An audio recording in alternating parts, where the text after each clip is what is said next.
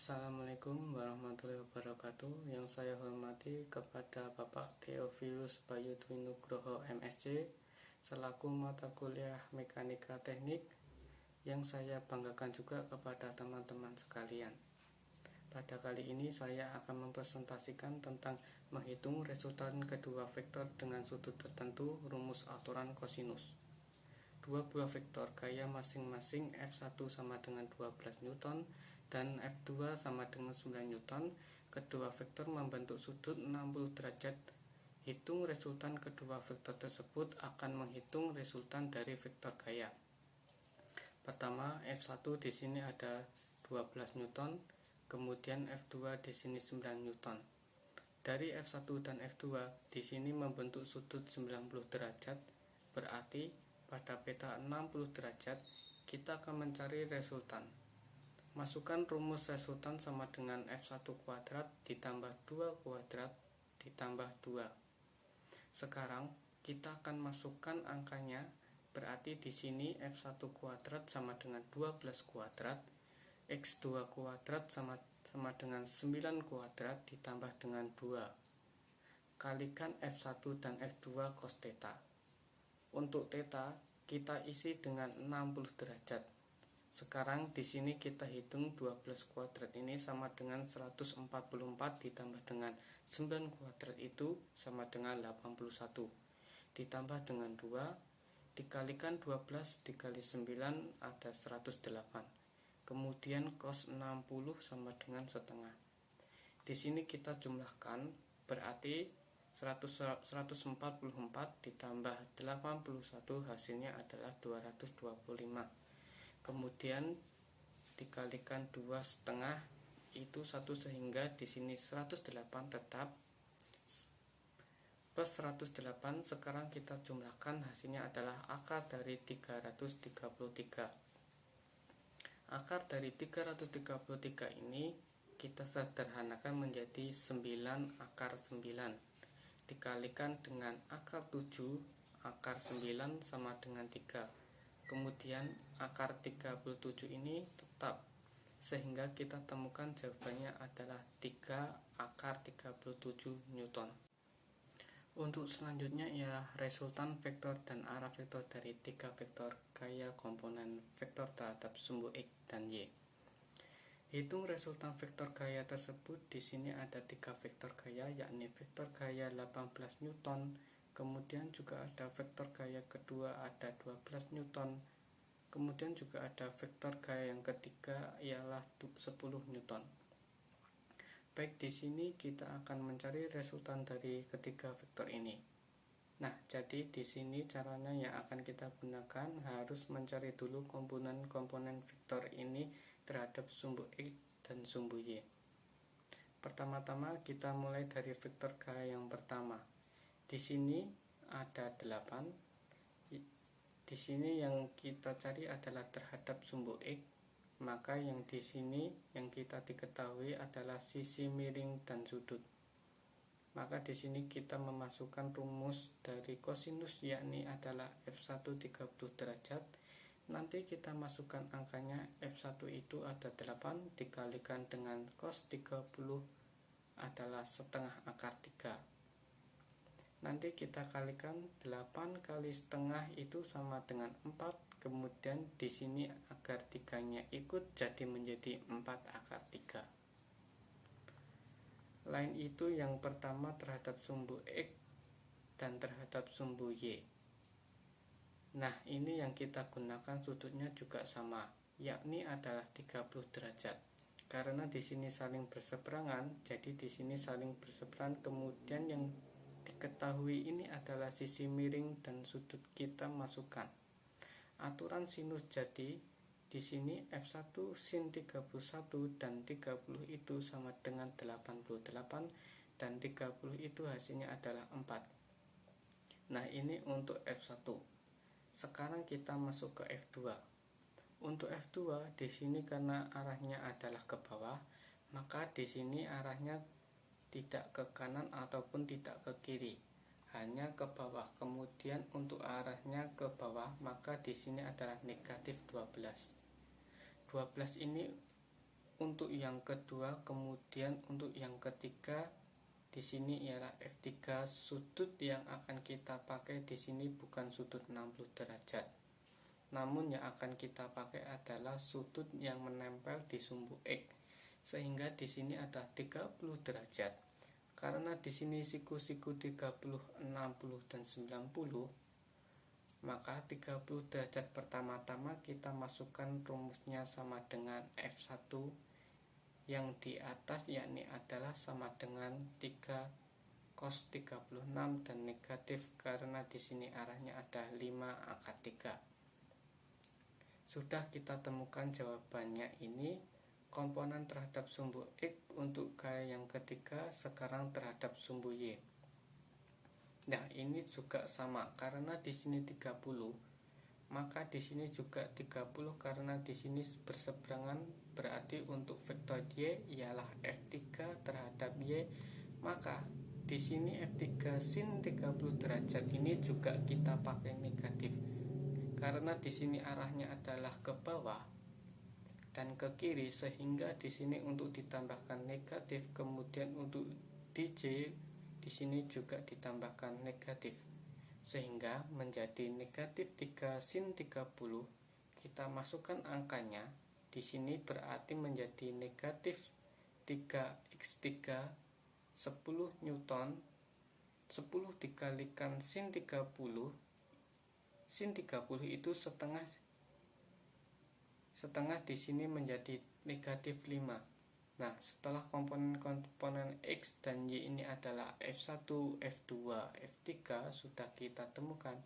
Di sini akan kita jumlahkan menjadi tandanya adalah sejumlah, berarti di sini 4 per akar 3 ditambah 0 ditambah negatif 5 akar 3 menjadi 4 dikurangi 5. Maka menjadi negatif 1.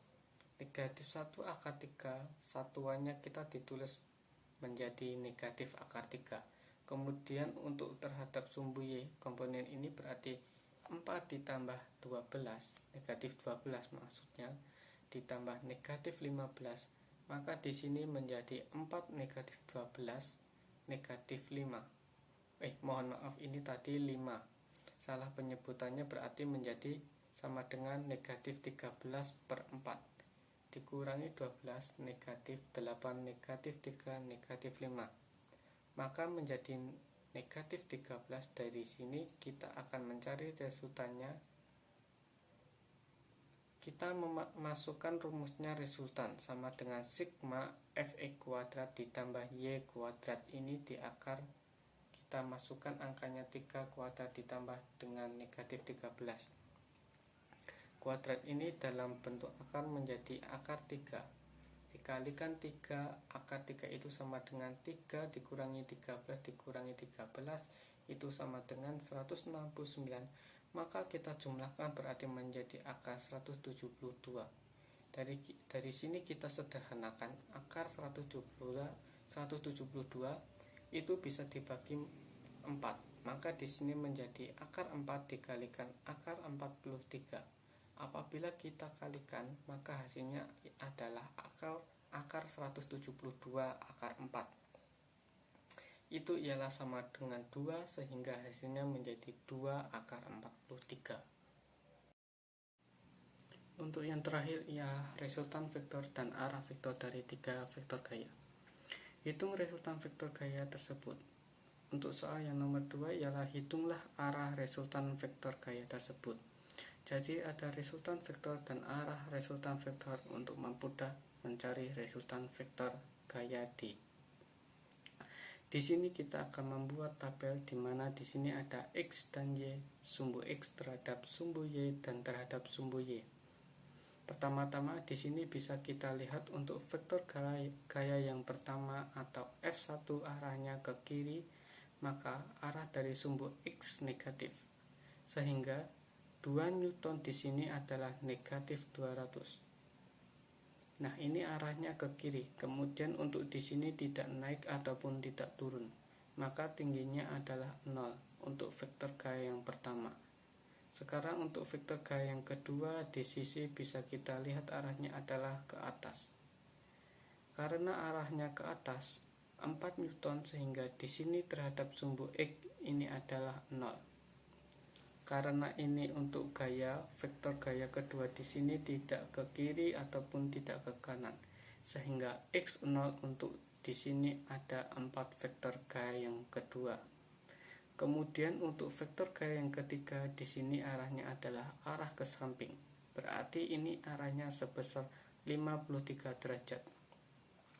Sehingga pertama-tama kita mencari E terhadap sumbu E, maka di sini ada sudut di sisi miring, sehingga di sini kita masukkan rumus kosinus. Karena rumus kosinus sendiri adalah samping sisi miring, maka yang dicari adalah sisi samping F3. 53 derajat kita masukkan angkanya di sisi F3. 6 Newton kemudian plus 53 derajat itu sama dengan 0,6. Kita kalikan 6 kali 0,6, hasilnya adalah 3,6 untuk sumbu X.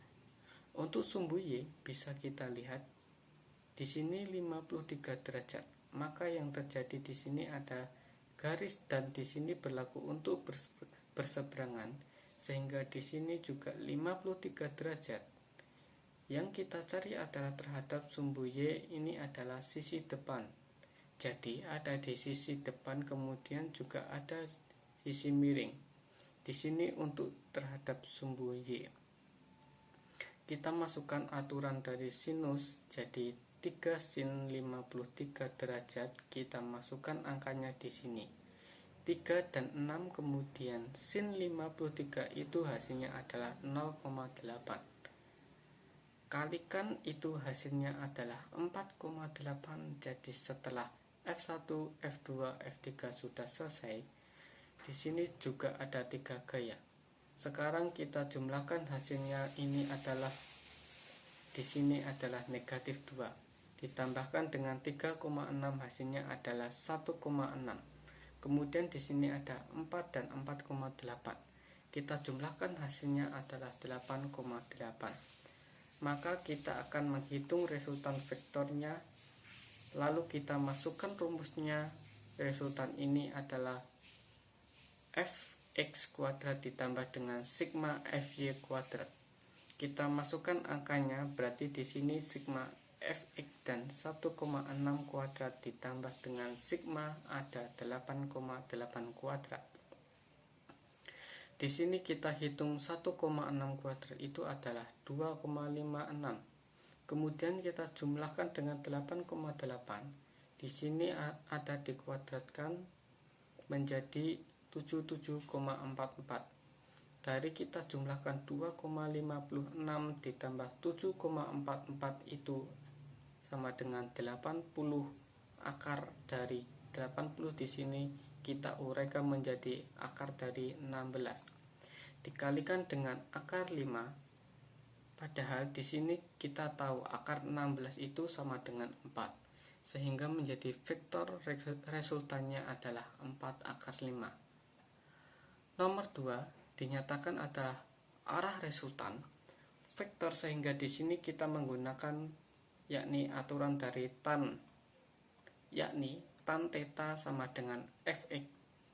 Di sini ada 1,6, 8,8, 1,6 itu sama dengan 5,5. Nah, berikutnya setelah kita tahu angkanya di sini kita akan menggunakan tabel trigonometri. Hasilnya dari tan theta yang mendekati 5,5 di situ adalah yakni 79,7 derajat.